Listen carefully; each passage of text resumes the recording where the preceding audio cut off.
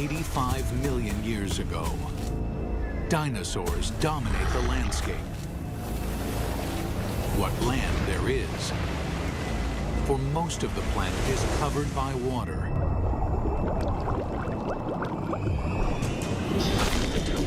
These vast oceans are a cauldron of violence, a world much more dangerous than the land above.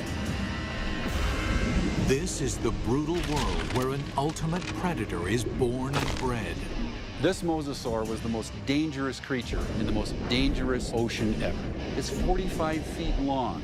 It's the size of a Greyhound bus.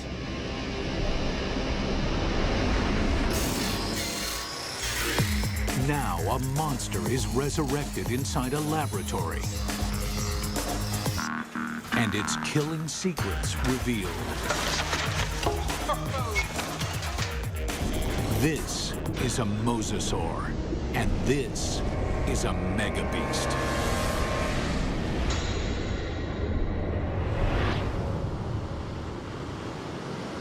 This is mosasaur country. At least it was.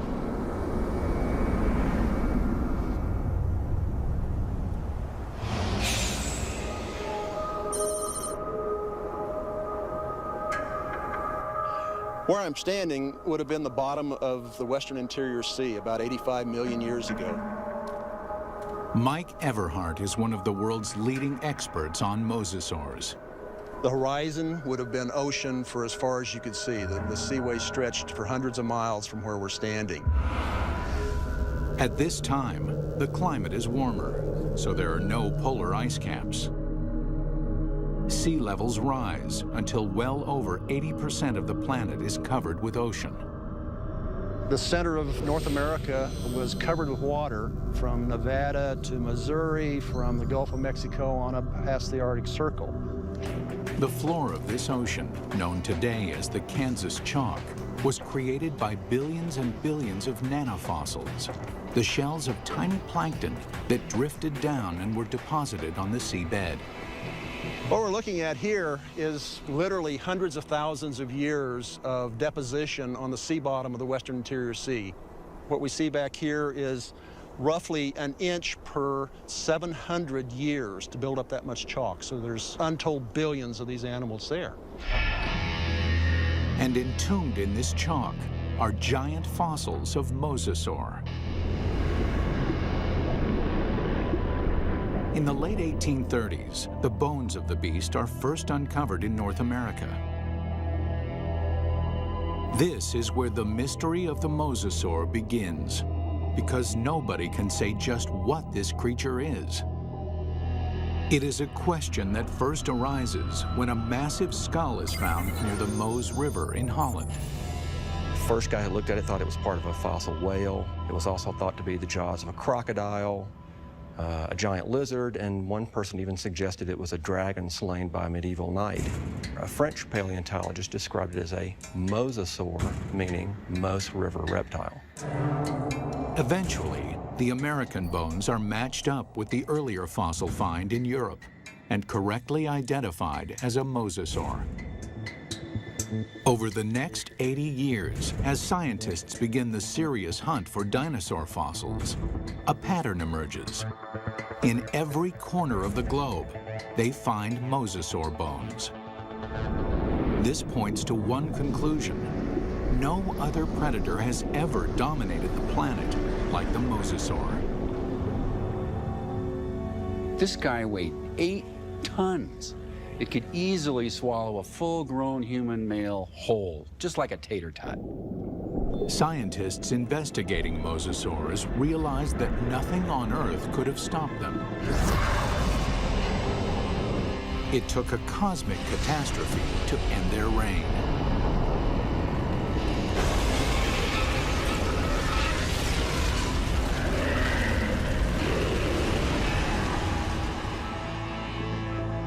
As scientists explore mosasaur evolution, their investigation yields a startling revelation.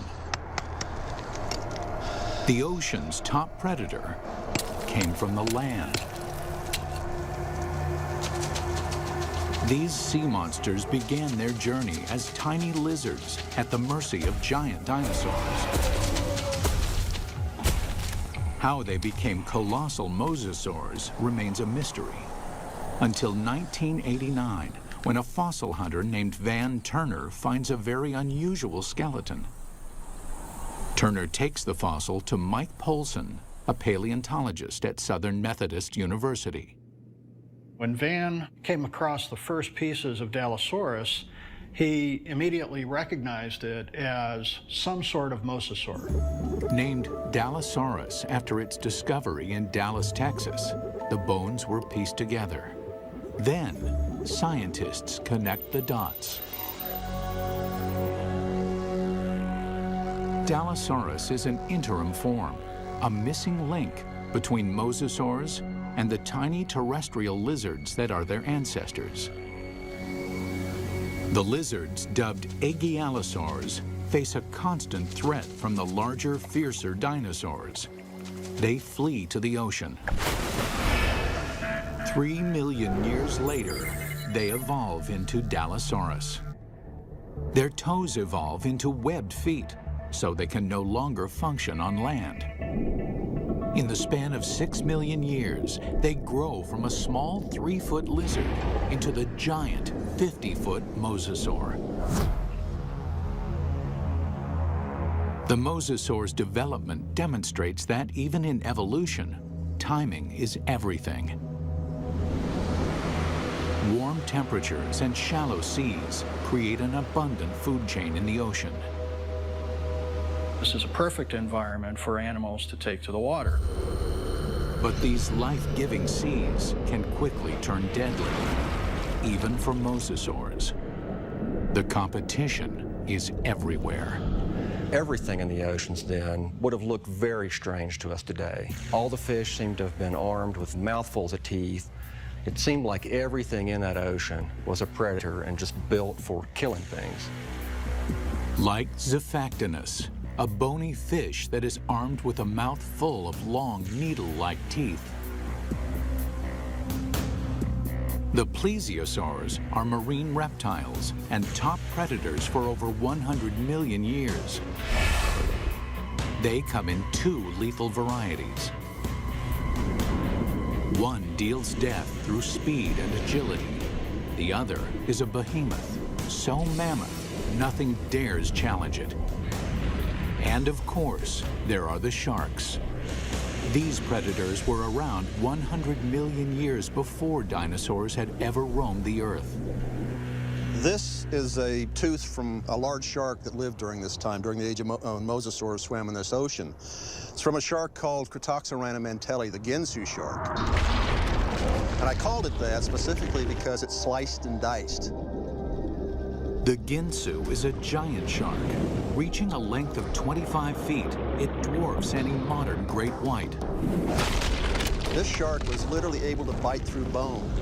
We know that because we find pieces of mosasaur that have literally been severed from the bodies, swallowed, partially digested, and then regurgitated again. To survive, mosasaur had to change its land-based behavior, tearing out a place for itself at the very top of the food chain. But what allowed this creature to evolve into such a relentless killer? It's all in the bite. You'd probably be in shock after a bite like this.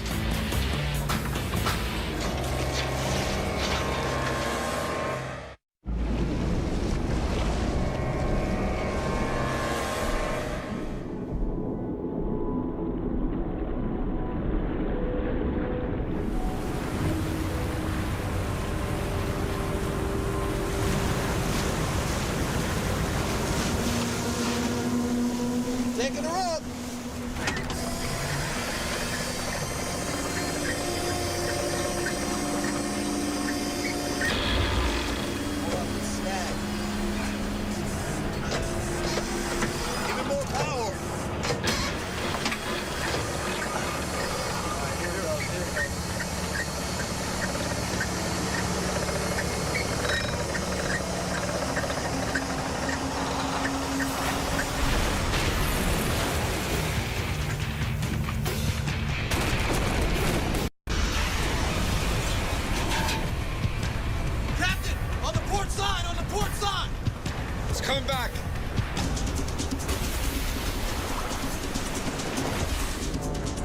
We humans got lucky.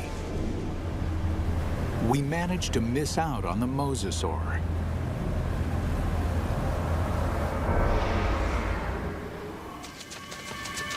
"95 million years ago, it is just a small lizard forced to flee into the ocean.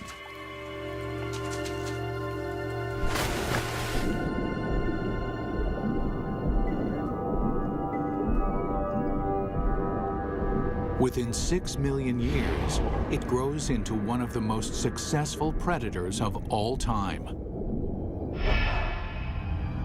But what made the mosasaur such a monster killer?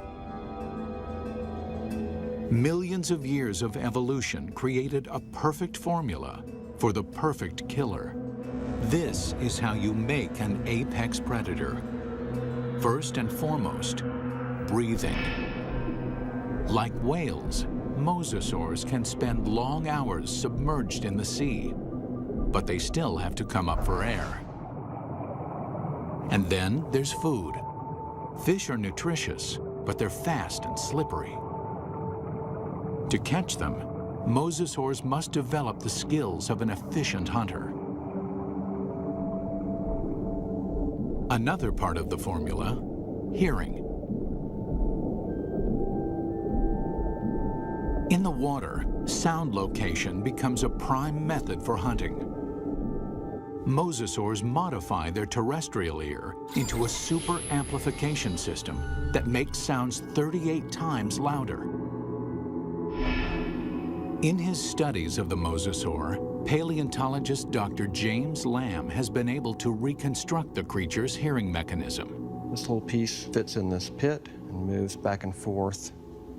And then this piece fits here, and a small movement in this first piece creates a large movement in this one. So it's a system that's finely tuned for conducting sound through water. Even though sound can lead them to the prey, it's difficult to detect a target if it's in murky water. Here, mosasaur would have the advantage by using the keen sense of smell inherited from its land-based ancestors. A mosasaur like this would have had a tongue that would have functioned exactly like a monitor lizard's tongue. The reason why the tongue is forked is so that the animal can smell in two different directions at the same time. This is smelling in stereo. One more addition to our killing formula: sonar. The last piece in the puzzle is this set of nerves that run down the side of the upper jaw and especially are concentrated here in the snout. And it's a system for detecting the pressure wave given off by the prey. Mosasaur uses this pressure wave sonar to hunt, much like modern killer whales use echolocation. All these adaptations mean mosasaur has a good chance of locating dinner, but they still have to catch it. And chasing down fast, elusive prey requires jet-like speed. So how does an 8-ton, 50-foot monster propel itself? This alligator has another piece of our formula: a massive tail. Along with crocodiles, gators have a long, flattened tail shape similar to mosasaurs.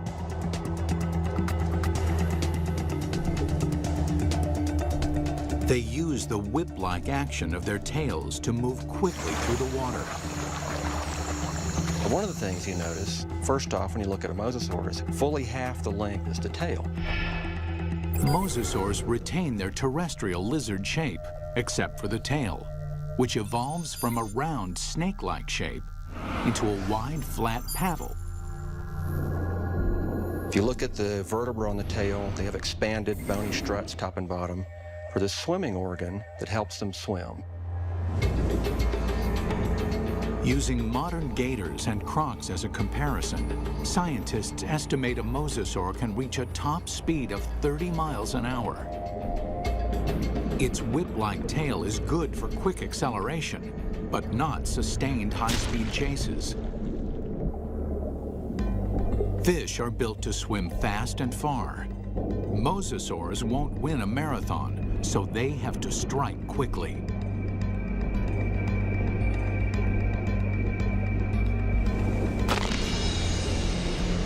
Which means this enormous beast has to somehow hide its 50-foot body and ambush its prey. Imagine that this animal is sitting on the bottom, takes a deep breath, it just waits there for something to swim by, close enough that it can get that sustained burst of speed to go out and catch it. Speed and surprise are two critical elements, but mosasaurs also need agility. That's where the paddles come in. They propel themselves with the tail, they steer with the paddles. These paddles are short and strong, allowing this long lizard to corner on a dime. Like flaps on an airplane wing, the paddles create drag, which makes them turn. For mosasaurs to be successful underwater, there was one land-based trait they absolutely had to jettison: their sensitive inner ear. The inner ear controls a creature's sense of balance. For land-based predators, maintaining balance is critical. If they stumble, their prey escapes.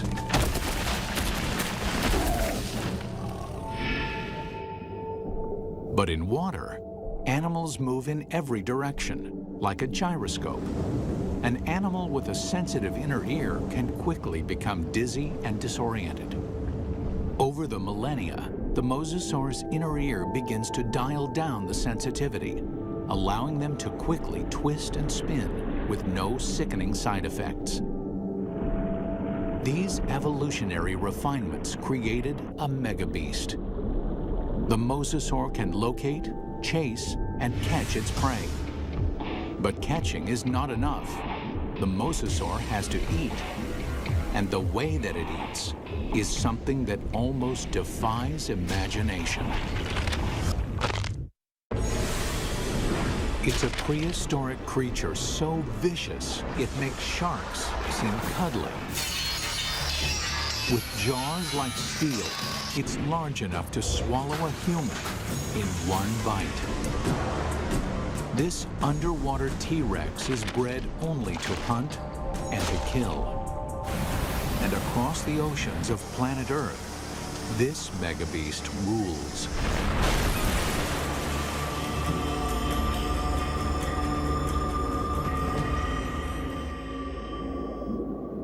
But 95 million years ago, mosasaurs had some serious competition from a familiar denizen of the deep, the shark. Prehistoric sharks, like their modern cousins, are vicious and durable, traveling vast distances, ripping apart any creature that gets in their way.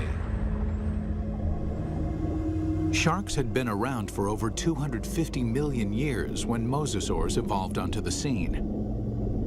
At that time, the largest, fiercest shark in the water was the giant Ginsu shark. The Ginsu would have, of course, looked very much like a modern great white, a very big, heavy-bodied shark. At a length of 25 feet, the aptly named Ginsus are over 10 feet longer than a typical great white. With mosasaurs and Ginsus hunting in the same waters, one thing is certain: there will be blood. There was quite a competitive relationship going on when the big sharks and the mosasaurs were running into each other frequently. And at least at first, the mosasaurs were losing a lot. There's definite evidence that sharks attack mosasaurs. You can see right here that there are clear bite marks from the arc of the mouth of a shark that was attacking. These big sharks carved up a lot of mosasaurs. So we find shed teeth, we find bones that are severed during this time.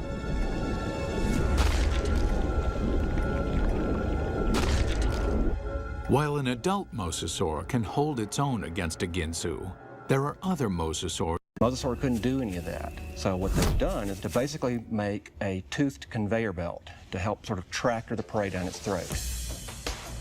You can look at mosasaur fossils, and you can look at modern analogs that have a skull that works in a broadly analogous way. But sometimes building a model tells you something you just can't find out any other way.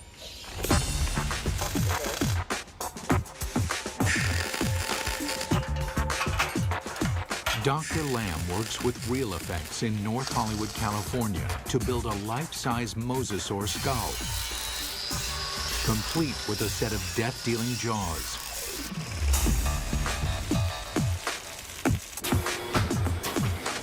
The massive steel jaws are powered by pneumatics instead of muscles and ligaments. Never thought I'd see a steel mosasaur skull, but this is very cool looking. We've got 3 pneumatics. We've got 2 operators to run it, and we've reduced it to 3 basic motions. One set of pneumatics opens and closes the jaws. One set moves it backwards and forwards. And the third set runs the pterygoids in the roof of the mouth. The pterygoids are the Terminator teeth. No other ocean predator has them.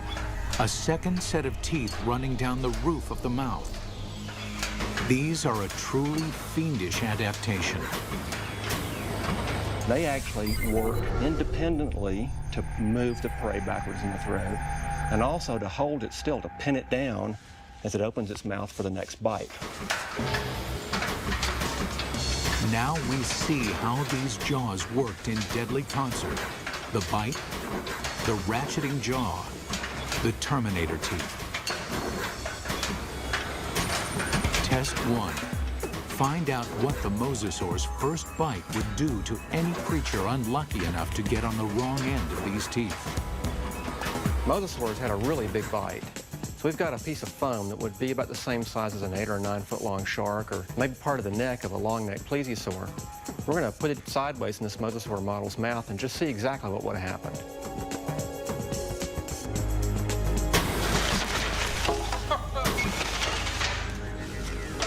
Well, that's going to leave a mark, isn't it? That's a broken neck. I'm pretty convinced that this thing would have probably killed something with the first bite. First time it bit down and ratcheted back like that, the thing's neck is broken. Test 2. Measure the capacity of its bite. Very simply, when our metal mosasaur chomps, how much ersatz meat goes into its mouth? We've got this piece of foam with 4-inch squares painted on it. We're going to feed it to this mosasaur and see how much with each bite this thing would have dragged its prey down its throat.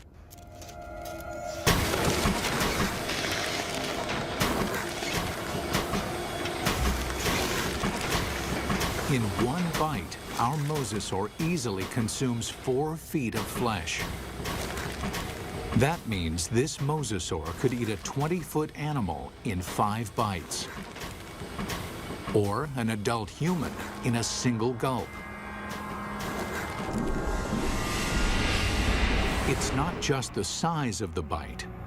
Inside the mouth, the teeth are virtual meat hooks. Dr. Lamb demonstrates with a hunk of ballistics gel, which is similar in consistency to human flesh. If you put a piece of meat in the mouth, it can't move out because the tips of the teeth grab it like a fish hook. So we're just going to see if we can put this up here on these teeth.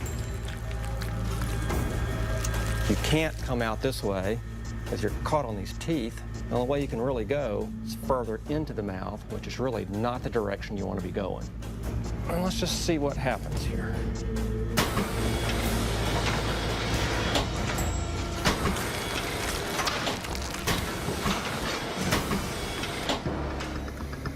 Well, I don't think there's any doubt that you wouldn't want to be a swimmer in a late Cretaceous ocean. You can actually see tooth marks where it just cut right through about 10 pounds of flesh like it was just butter. That would be nasty. The only good thing about this is that you'd probably be in shock after a bite like this. Maybe you wouldn't feel the rest of it. Final test. How the jaws perform eating simulated live prey. The first fish is immediately trapped on the barb-like teeth. And the rest? Well, straight down the old mosasaur hatch.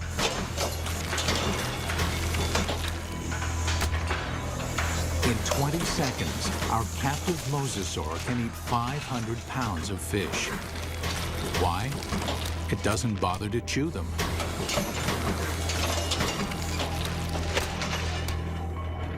There's a rapidly vanishing cloud of red and a few scales, and that's all that's left of it.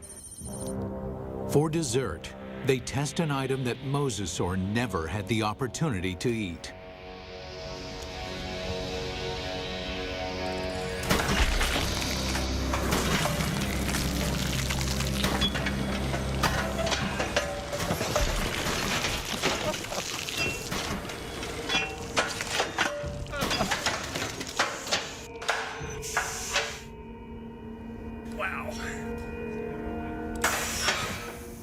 Well, I'm not sure what we learned by that, but that was quite satisfying. It's abundantly clear why mosasaur is the ultimate success story of evolution, growing from a 3-foot lizard into an alpha predator.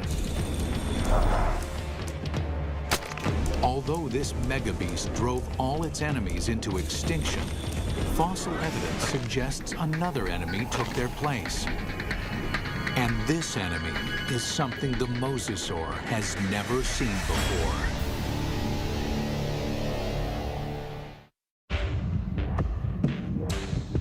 From its humble beginnings as a 3-foot lizard, the mosasaur evolved into the most dominant megabeast the world has ever seen. Nothing in the ocean can kill it, let alone live with it. But the threat may have come from another direction. What we're looking at here is what I would like to call a paleo crime scene. It's a very old cold case file. Scientists studying mosasaur fossils find evidence of attacks on these giant reptiles. There's a healed bite mark here, this raised ridge. There's a second puncture wound here with this lip of reactive healed bone around it. There are 2 marks up here on the top of the skull, and it probably killed the animal fairly quickly. What animal is vicious enough to attack the deadliest creature in the sea? And we can measure the distance between those bites, and we can marry it up with the jaw of another larger mosasaur, and the teeth fit perfectly into those holes. It makes perfect sense. The only thing mosasaur had to fear may have been mosasaur itself. Experts think that mosasaurs engaged in snout wrestling or face biting to establish dominance. We see really analogous behavior in modern saltwater crocs. Almost always the males, and they're defending a breeding or feeding territory.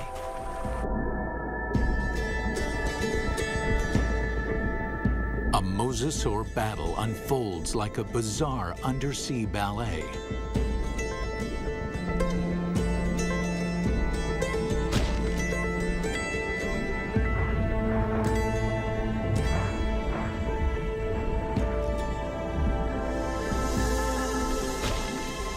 When one establishes dominance, the other gives up and swims away. This type of competition is common animal behavior. But scientists uncover something shocking in this particular set of fossils. Evidence that suggests not simple predation, but something close to murder. We've got the fossil evidence that shows that mosasaurs killed other mosasaurs, and they didn't eat them. I mean, it wasn't for food. By looking at the damage on the skull, Everhart believes that this wrestling match turned deadly. The fossil evidence shows the dominant mosasaur clamps down on his opponent's skull. And as the skull of the mosasaur rolled to the side, these teeth pulled out and left these big drag marks across the bone, very deep wounds. Not only is the skull crushed, but evidence suggests the killer then broke the victim's neck. We found the neck laying off like this at a 45-degree angle to the skull. indicating that it's probably broken right up here next to the brain case. Not even great white sharks or saltwater crocs deliberately kill their own kind. They killed, kind of like humans, they killed for other reasons than for food. And mosasaurs were different in that regard. We don't see that in very many other animal groups. Still, scientists believe this gladiator-like behavior would not have caused the mosasaur to go extinct. In point of fact, they seem to thrive on violence. 70 million years ago, with no other competition in sight, mosasaurs continued to evolve, becoming even more diverse. There's well over 50 species of mosasaurs.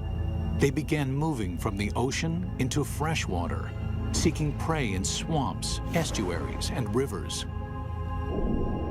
Nothing on Earth could have stopped these megabeasts. Nothing on Earth, that is.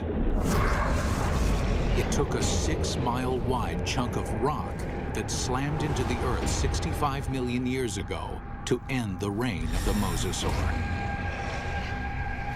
We're talking about something that released as much energy as every nuclear weapon on the planet, times 1,000, set off all at once. The magnitude of this blast causes a shockwave of earthquakes and volcanoes. Mega tsunamis race across the oceans. A cloud of superheated dust and molten rain fills the atmosphere, blocking out almost all of the sunlight. This devastates the food chain. 75% of the species on Earth are wiped out. With its food supply drastically reduced, the mosasaur is doomed. This cataclysmic event paved the way for the development of mammals and eventually humans. But what if the comet had missed? If mosasaurs had been allowed to thrive, how different would our world be? We wouldn't have any whales, or dolphins, or porpoises, or seals, or sea lions. The oceans and all its fish would belong to the mosasaurs. Bring her down. Fishermen would find very little to catch, if indeed there were humans on the planet at all. These would be very ferocious, very hungry, active marine animals that you wouldn't want to share your ocean with. It's fascinating and frightening to contemplate what might have been had these megabeasts survived.